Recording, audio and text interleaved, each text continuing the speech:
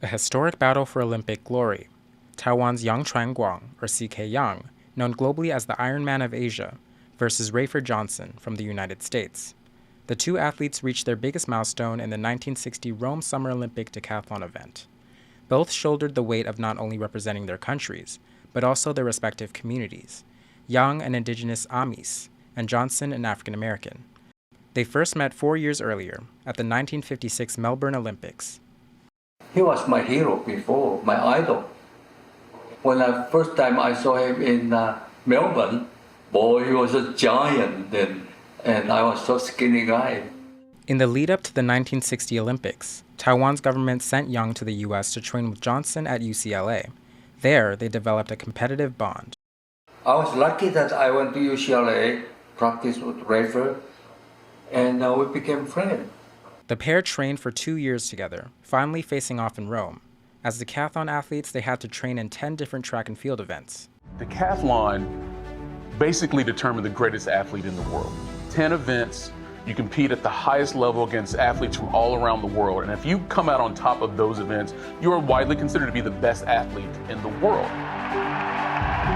In total, Yang won 7 of the 10 events, but Johnson still came out on top, pulling ahead with big leads in events like shot put and discus. In the last event, the 1,500-meter race, both Yang and Johnson gave everything they had.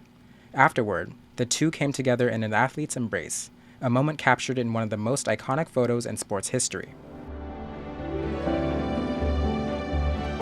We walked together for a while, leaning on each other physically the way we had leaned on each other emotionally for the past 2 years. So great was my respect and admiration for him. I just wanted to be next to him at that moment. They would remain close friends for the rest of their lives, calling themselves the two-man United Nations.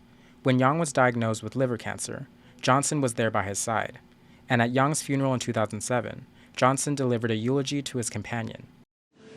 He had a heart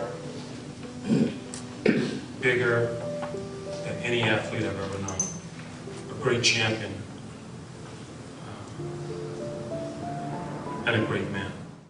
In the end, these two legendary athletes and the connection they made exemplified the capacity of sports to create deep, lifelong bonds across countries and cultures. Kama Shu and Wesley Lewis for TaiwanPlus.